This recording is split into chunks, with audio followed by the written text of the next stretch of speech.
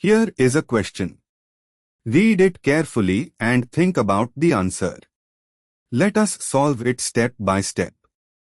Let us begin solving this step by step. Identify the parent chain ring. The compound is a cyclohexane ring, so the parent name is cyclohexanol, since OH is the principal characteristic group. Moving on to the next step. Identify all substituents.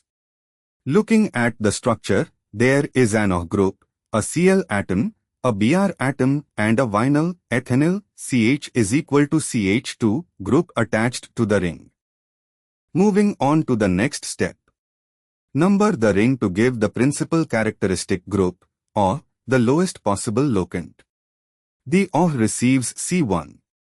And for the final step, assign locants to remaining substituents by going in the direction that gives the next substituents the lowest set of locants.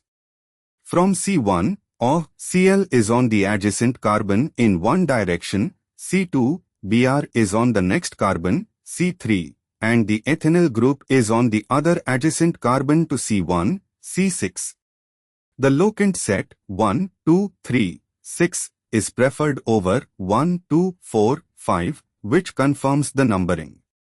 Bromo C3, chloro C2, ethenyl C6, then ol C1.